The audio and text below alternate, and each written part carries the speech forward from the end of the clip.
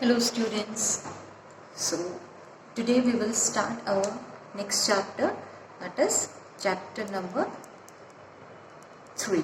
Okay, and the name of the chapter is Atoms and Molecules.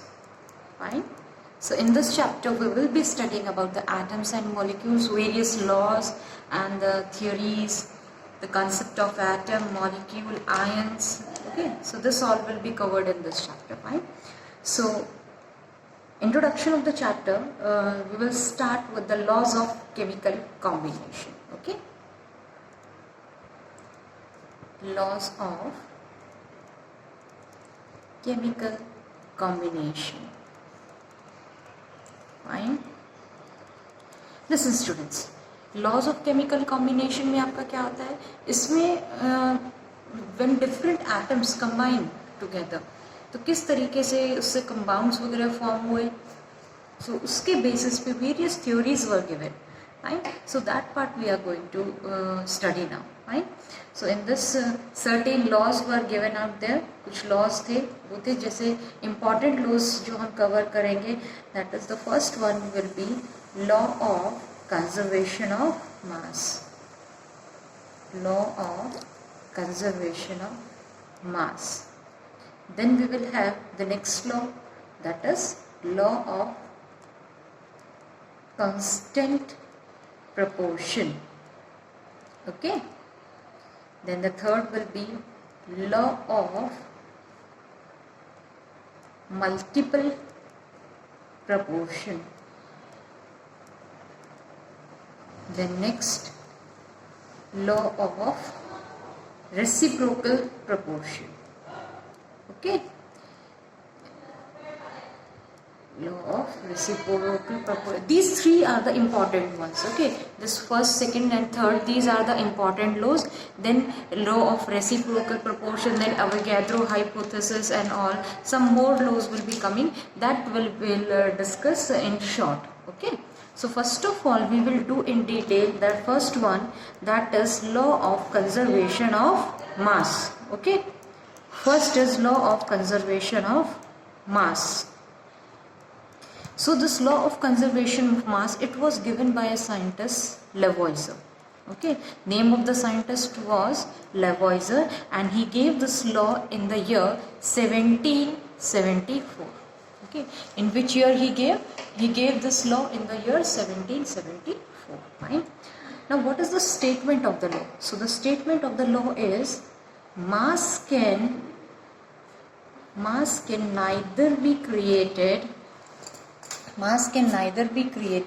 nor be destroyed. Okay, so what is the statement of the law, beta? Mass can neither be created nor be destroyed. In a chemical reaction, किसी भी chemical reaction में जो mass होता है, वो ना तो हम उसे नया बना सकते हैं, ना ही उसको जो है ऑलरेडी, ना ही उसको डिस्ट्रॉय कर सकते हैं. Okay, so we can frame this law in some other words also to just make it easy to understand. Okay, and what is that? It says that the total mass of the products, the total mass of the products is equal to the total mass of reactants. Okay, I'll give you an example, then you will be able to understand more appropriately. What does the second statement says? देखो बात वही है, ये नहीं कि अलग से, no, the same thing, just it has been framed into some new words. So the total mass of the product is equal to the total mass of the reactants, which means to say that there is no change in mass during the chemical reaction. यानी जब chemical reaction हो रहा है तो उस दौरान मास में कोई चेंज नहीं होगा. वही चीज़ तो यहाँ बोली थी ना बेटा, कि मास ना ही तो नया क्रिएट हो रहा है, ना ही डिस्ट्रॉय हो रहा है. ओके, यानी जितना था उतना ही है. Okay, let us understand by taking a general example. Suppose we have two reactants, reactant A and reactant B. They react together and form the products C and D. Okay, now what according to the law, what does the law says? It says that the total mass of reactant, दोनों reactant का जो total mass है, total mass of reactants will be equal to the total mass of products. समझ आ गया? ठीक है, यानी A और B का जो मास है, दोनों का total mass, sum of their mass, that will be equal to the mass of the products. Okay बेटा, सो इसको हम इस तरीके से फ्रेम आउट कर सकते हैं. This is it. ठीक है, सबको समझ में आ गया होगा I hope. Law of conservation of mass. Now let us take a particular example for it. Suppose we have taken calcium carbonate, calcium carbonate CaCO3. ठीक है, इसको जब हम हीट करते हैं calcium carbonate, when it is heated then it gets decomposed. ये जो calcium carbonate है ना बेटा, ये क्या हो जाता है? डिकम्पोज हो जाता है. किसमें डिकम्पोज होता है? जो होता है calcium oxide and carbon dioxide gas. Fine. Suppose we have taken 100 gram of calcium carbonate. So after heating it gets decomposed to 56 grams of calcium oxide and 44 grams of carbon dioxide. Okay, now just add these two. ये तो heat provide की थी आपने इधर. ठीक है, 56 and 44 को add कीजिए. What will you get? You will get 100 grams. So just observe the mass of the reactant is equal to the mass of the total mass of the product. Okay, so this was the first law of chemical combination. First law of chemical combination में कौन सा law आता है आपका? Law of conservation of mass. Okay बेटा, चलो now coming to the second law. ठीक है, सेकेंड लॉ पे आते हैं अब. चलिए, what does the second law say? First of all let's see है क्या सेकेंड लॉ आपका. Second law is law of constant or definite proportion. Law of constant or definite proportion. ठीक है, what does these word mean? Constant or definite. Constant and definite से क्या पता चलता है आपको? Fixed. Okay, यानी fixed ratio and proportion means ratio. देखो constant, definite, these are the two words which means fixed and proportion ratio means fixed ratio की बात हो रही है. Okay, अब किस चीज का fixed ratio? That we will see. Right? So this law, it was given by Joseph Proust. Joseph Proust. Books में आपको J Proust लिख के भी नेम मिल सकता है ना. Joseph Proust, and he gave this law in 1779. Okay बेटा, चलिए. Now what is the statement of the law? Law का statement क्या है आपका? It is pure chemical compound, a pure chemical compound always contains same elements combined in same proportion by mass. Okay, what does the law say? कि जो एक pure substance है, एक pure chemical compound है. Okay, एक pure chemical compound, it will always contain the same elements combined in a fixed ratio. Okay, let's understand it by taking an example. Suppose A pure chemical compound is water. हमने water का example ले लिया है ना. This pure water, it is made up of two elements, that is hydrogen and oxygen. Okay, now what is the, अब देखो मैंने आपको पहले भी बताए थे, hydrogen its atomic mass is 1 unit mass. Okay, and oxygen its atomic mass is how much? 60. Okay, 16 unit, 16 am. Okay, so mass ratio है आपका fixed, same ratio by mass का ratio होगा बेटा. तो hydrogen its mass is 1, oxygen its mass is 16. Now as we see कि water it is made up of hydrogen and oxygen. Hydrogen कि कितने atoms हैं, 2 atoms of hydrogen and 1 atom of oxygen. Now the mass of 1 atom of hydrogen was 1. अब 2 atoms है तो mass कितना हो जाएगा 2, and oxygen its mass is 16 क्योंकि एक ही atom है. Now just simplify. This is the ratio. This is the ratio by mass. Okay, ये आपका ratio by mass है. अब इसको simplify कर दीजिए, simple ratio में convert करना है. तो what will be the simple ratio? 1:8. So this is the simple ratio by mass. Okay, this is the simple ratio by mass. Whole number, simple whole number ratio हो जाएगा आपका 1:8 करके. आगे बात समझ में बेटा, ठीक है. देखो दोबारा बता रही हूँ आपको. See water a pure chemical compound, it contains the same elements. Same हमेशा देखो, वाटर आप कहीं का भी लो, pure water either you take it from river, underground water, ठीक है. यहाँ आप जहाँ रह रहे हो वहाँ का लीजिए, कहीं और का लीजिए, always it will be made up of hydrogen and oxygen and the mass ratio will also be fixed. Mass ratio भी इसमें हमेशा यही रहेगा 1:8. क्लियर, ठीक है. मतलब ये नहीं कि आप जहाँ रह रहे हैं वहाँ के वाटर का फॉर्मूला कुछ और है, वहाँ रेशो कुछ और है, स्कूल जाएंगे स्कूल के वाटर का रेशो कुछ और होगा. नहीं, it is always same. This is the second law. Okay, again I am repeating the statement. A pure chemical compound always contains same elements, same element ही होंगे, and in the same ratio by mass. Let's take one another example of it. Carbon dioxide. This is also pure chemical compound, है ना. It is made up of the elements carbon and oxygen. किस किस element का बना. अब देखो carbon dioxide की जब भी बात होगी तो वो उन्हीं एलिमेंट्स का बना होगा, कार्बन का और ऑक्सीजन का, है ना. अब नंबर ऑफ एटम्स एक बार चेक कर लेते हैं. कार्बन डाइऑक्साइड में 1 atom of carbon and 2 atoms किसके हैं, ऑक्सीजन के हैं, ठीक है. 1 एटम उतना था कार्बन का और 2 एटम इसके, क्योंकि नंबर ऑफ एटम्स के अकॉर्डिंग ही तो रेशो चेक करना होगा ना 1 को. ओके, चलो. So now the atomic mass for carbon, carbon atomic mass is 12, ये याद रखना आपको, एंड ऑक्सीजन इट वाज 16, ठीक है बेटा. हाइड्रोजन का कितना था 1. आपको धीरे धीरे सारे याद होते जाएंगे और इस चैप्टर में आपको और भी बताएंगे, right. So hydrogen mass is 1, carbon 12, oxygen 16. Here we are using these 2 elements, carbon and oxygen.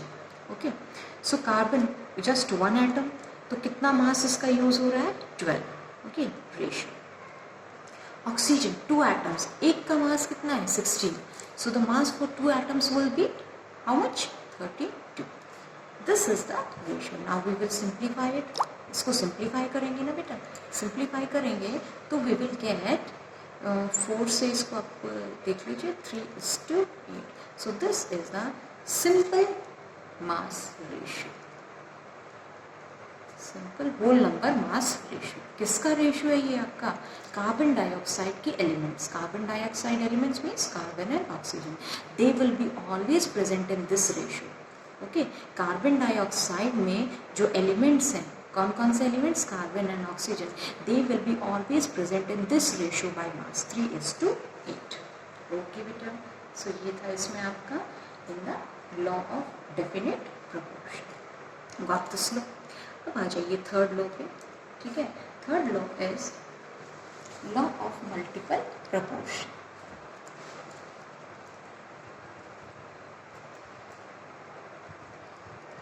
Law of multiple proportion. Proportion again ratio, ठीक है. मल्टीपल प्रोपोर्शन की बात हो रही है अभी यहाँ पे. सी थोड़ा सा डिफ़िकल्ट हो जाएगा. डिफ़िकल्ट तो कुछ नहीं, मतलब जस्ट आपको थोड़ा ज़्यादा ध्यान लगाना पड़ेगा इसमें. Okay, so this law was given by Dalton. कौन से साइंटिस्ट ने दिया था ये बेटे, डाल्टन ने, एंड इन द ईयर 1808 में दिया था. Now what is the statement. Statement क्या कहता है इसका, तो स्टेटमेंट ये कहता है बेटा इसमें कि when one element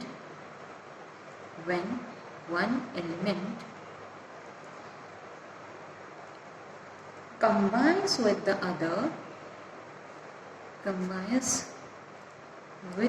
other element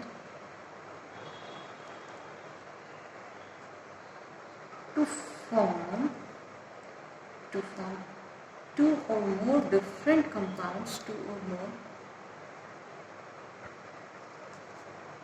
different, when one elements combine with the other element to form two or more different compounds, then the mass of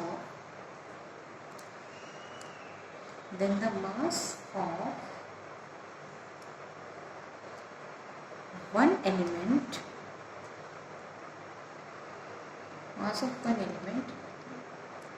which combines with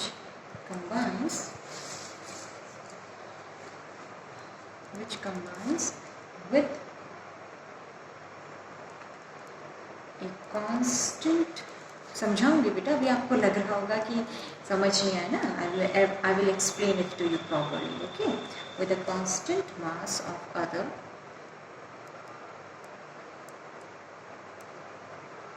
bears a simple ratio to one another. ठीक है, देखो अब statement आपको थोड़ा learn करना पड़ेगा, इसमें पहले समझिए इसके, ठीक है? Then I will explain it by taking an example. Okay, क्या कहा इसके स्टेटमेंट ने, क्या बोला आपको कि जब भी कोई when an element combines with other element, जब कोई एक एलिमेंट किसी दूसरे एलिमेंट के कंबाइन कर रहा है और दो या दो से ज़्यादा कंपाउंड्स फॉर्म कर रहे हैं, तो जो एक एलिमेंट का मास है वो दूसरे के साथ में क्या होगा, सिंपल रेशियो में अकर करेगा. ओके, समझ में आ गया? जब इट मीन्स दैट कि टू एलिमेंट्स आर देयर और वो दोनों कंबाइन करके दो या दो से ज़्यादा कंपाउंड बना रहे हैं. ओके, तो उसमें क्या होता है आपका, उसमें से एक प्रेजेंट होगा फिक्स्ड मास में और वो बाकी दोनों एक सिंपल रेशियो कवर अप करेगा. Let us understand that an example. Example से समझते हैं बेटा, फिर आपको दोबारा लॉ पे आऊँगी. Example, suppose we have carbon and oxygen. क्या क्या एलिमेंट आपने देखो क्या बताया था, when one element combines with other, जब एक एलिमेंट दूसरे के साथ कंबाइन करता है. तो सपोज वी हैव, एक एलिमेंट अपना हो गया कार्बन और सेकेंड एलिमेंट अपना हो गया ऑक्सीजन. ठीक है, अब जब ये दोनों एलिमेंट कंबाइन करेंगे तो क्या क्या बना सकते हैं, दे कैन फॉर्म CO. CO मतलब क्या है, कार्बन मोनोऑक्साइड. ओके, मतलब इन दोनों ने रिएक्ट किया, कार्बन ऑक्सीजन ने, और एक तो बना लिया CO, that is carbon monoxide. As well as they can combine and they can form carbon dioxide also. क्या बना सकते हैं, कार्बन डाइऑक्साइड भी फॉर्म कर सकते हैं. You have heard about both of this. Carbon monoxide बहुत ही पॉइजनस गैस होता है और कार्बन डाइऑक्साइड फोटोसिंथेसिस में यूज हो रहा है, पता है ना दोनों. सो दोनों आपके अकरिंग गैसेस हैं. ठीक है, सो आप अच्छे से ऑब्जर्व कीजिए कि कार्बन एंड ऑक्सीजन दो एलिमेंट्स हैं और दोनों ने रिएक्ट करके टू कंपाउंड्स फॉर्म किए. एक फॉर्म किया कार्बन मोनोऑक्साइड और एक फॉर्म किया कार्बन डाइऑक्साइड. ठीक है, अब ये तो हो गया इसका फर्स्ट थिंग जो आपको ध्यान रखनी है. Now coming to the second part. देखो ये बन गए. अब वो सेकेंड पार्ट में इसमें क्या कह रहे थे कि जो मास है एक एलिमेंट का जो कि दूसरे के कांस्टेंट मास के साथ में रिएक्ट कर रहा है, ठीक है, तो वो सिंपल रेशियो में आपके प्रेजेंट है. ठीक है, जैसे कि आपका है CO. ठीक है, कार्बन मोनोऑक्साइड की अगर मैं बात करूँ पहले, इन CO आप क्या देख रहे हो, मास के अकॉर्डिंग बात करनी है, अगेन ध्यान रखना है. CO में क्या हो रहा है, 12 gram of carbon, 12 gram of carbon combines with 16 gram of oxygen. ठीक है बेटा, देखो CNO just one atom is there. तो क्या हो रहा है, 12 ग्राम कार्बन किसके साथ रिएक्ट, किसके साथ कंबाइन किया है, 16 ग्राम ऑफ ऑक्सीजन. तो कार्बन मोनोऑक्साइड में 12 gram of carbon combines with 16 gram of oxygen. Okay, and in CO2 carbon dioxide के केस में क्या हो रहा है आपका, वन एलिमेंट, वन एटम है कार्बन का, तो means 12 gram of carbon. 12 gram carbon कितने ऑक्सीजन के साथ में रिएक्ट कर रहा है, how many atoms are there, 2 atom है ना इसके, CO2. ठीक है, तो 12 gram of carbon combines with कितना ग्राम ऑक्सीजन हो गया बेटा, 2 एटम है तो 32. देखो एक होता तो 16 था, 2 एटम है तो 32 ग्राम हो गया. ओके, तो 12 gram of carbon combine with 32 gram of oxygen. ठीक है। नाउ जस्ट सी केयरफुली, अच्छे से देखिए अब इसमें। अब कांस्टेंट मास है, कार्बन तो फिक्स है दोनों में, जस्ट वन एटम, यानी मास कितना है 12। लेकिन ऑक्सीजन का जो मास है वो क्या हो रहा है, चेंज हो रहा है ना। तो इसको हम एक प्रॉपर स्टेटमेंट में कैसे फ्रेम करेंगे कि mass of oxygen which combine with constant mass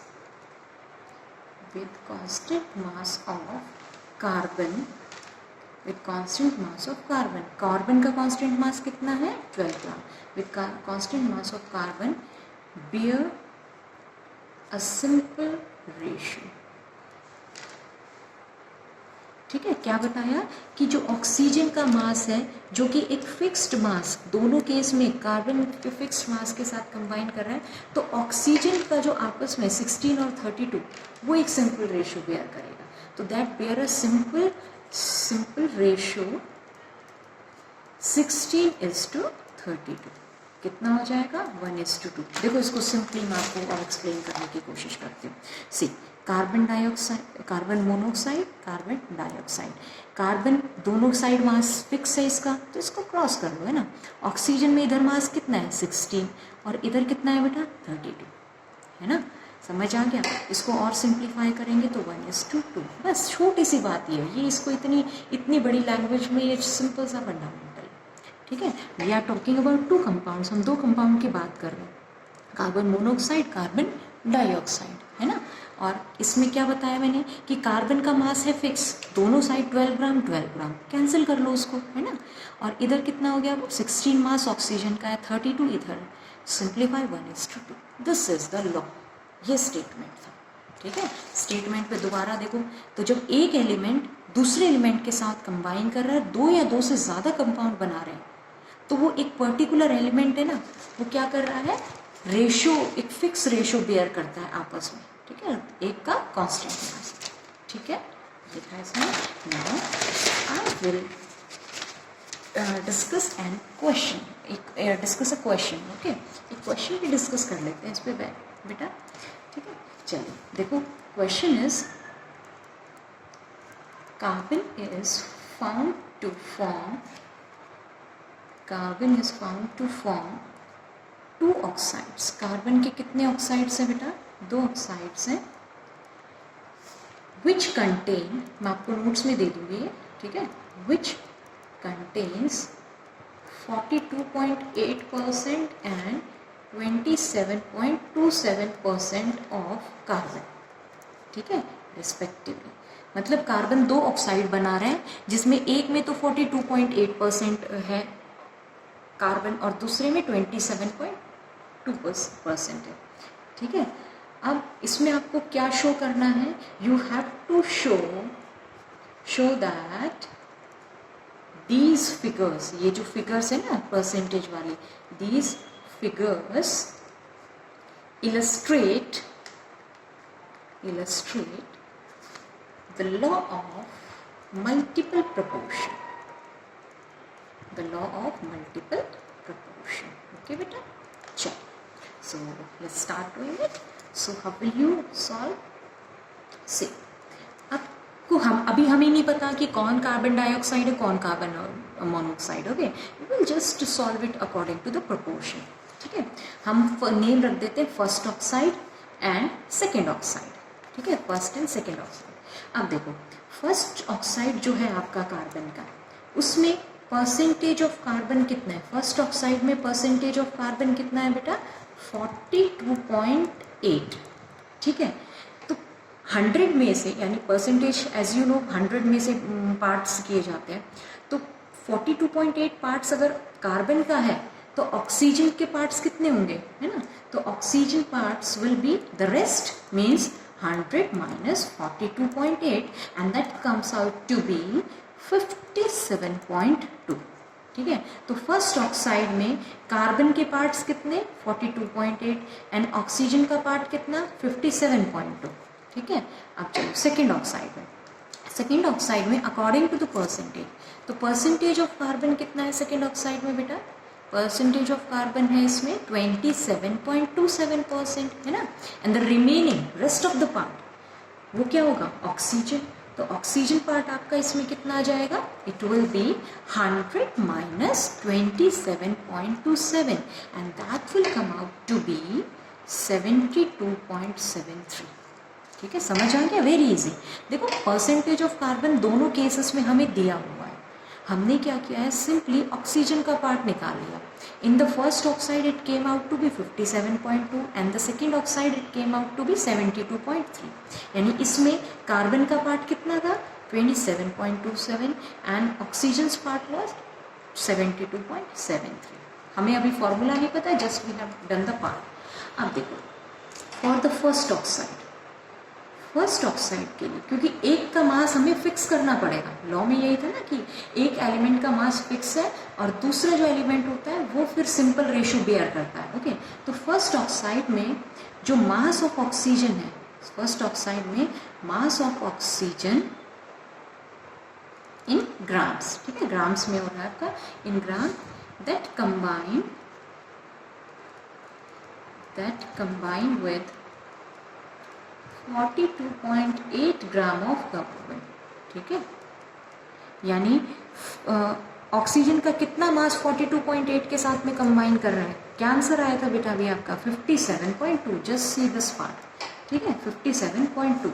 अब हमें फिक्स मास कर देना है, मतलब कि 42.8 ग्राम के साथ ये इतना कंबाइन किया। 1 ग्राम ऑफ कार्बन के साथ में, 1 ग्राम ऑफ कार्बन के साथ में कितना ऑक्सीजन कंबाइन करेगा, है ना। सो क्या निकाला हमने, मास of oxygen that combines with 1 gram of carbon, that will be 57.2 upon 42.8, कितना आ गया, it will be 1.34 ग्राम। ठीक है, देखो 42.8 के साथ में this much carbon was reacting combining, 1 ग्राम के साथ कितना कंबाइन करेगा 1.34, यूनिटरी मेथड से किया सिंपली इसको। ओके, अब देखते हैं सेकेंड ऑक्साइड के केस। ठीक है बेटा, सेकेंड ऑक्साइड के केस में हम देखेंगे क्या, second oxide, look, second oxide, this was the part. So in this case, mass of oxygen in gram, that combined with कितने के साथ कंबाइन किया था 27.27। सेकेंड ऑक्साइड में परसेंटेज कितना था 27.27। सो 27.27 ग्राम कार्बन के साथ ऑक्सीजन में कितना कंबाइन हुआ था 72.73। This is here. Okay, same process. तो अब हम क्या निकालेंगे, मास ऑफ ऑक्सीजन दैट कंबाइन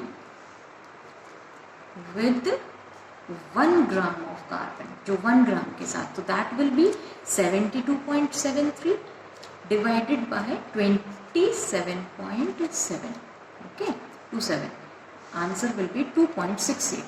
तो देखो कार्बन यहाँ पे हमने फिक्स कर दिया था कितना 1 ग्राम फर्स्ट ऑक्साइड में, सेकेंड ऑक्साइड में भी हमने कार्बन फिक्स कर दिया कितना 1 ग्राम। तो कार्बन का अमाउंट हमने फिक्स कर दिया, ऑक्सीजन कैलकुलेट कर लिया, और ऑक्सीजन जब दोनों का कैलकुलेट किया तो रेशियो उसका क्या आया, so hence ratio of mass of oxygen, ratio of mass of oxygen which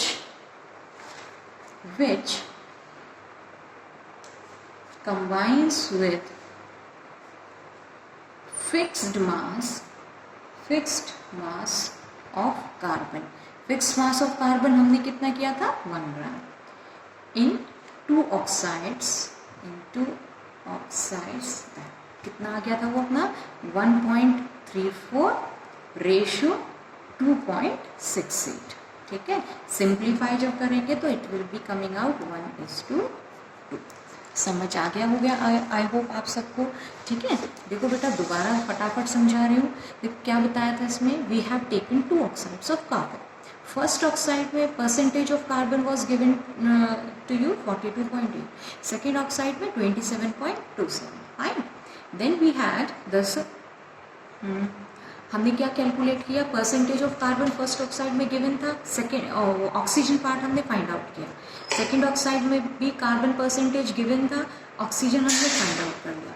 फिर उसी में हमने यूनिटरी मेथड यूज़ करके कि 42.8 ग्राम ऑफ कार्बन के लिए कितना ऑक्सीजन कंबाइन कर रहा था, 57.2, तो 1 ग्राम ऑक्सीजन में कितना कंबाइन करेगा, कितना आ गया था, 1.34। And in case of second oxide 27.27 gram of carbon में आपका कितना ऑक्सीजन रिक्वायर था, 72.73, तो 1 ग्राम कार्बन में कितना होगा, 2.68। Then we just find out of their ratio, so that came out to be 1:2।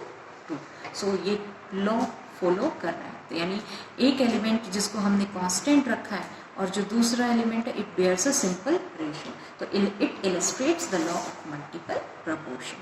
This is for today. Complete the notes, okay, and then we will have a live class. Okay, thank you.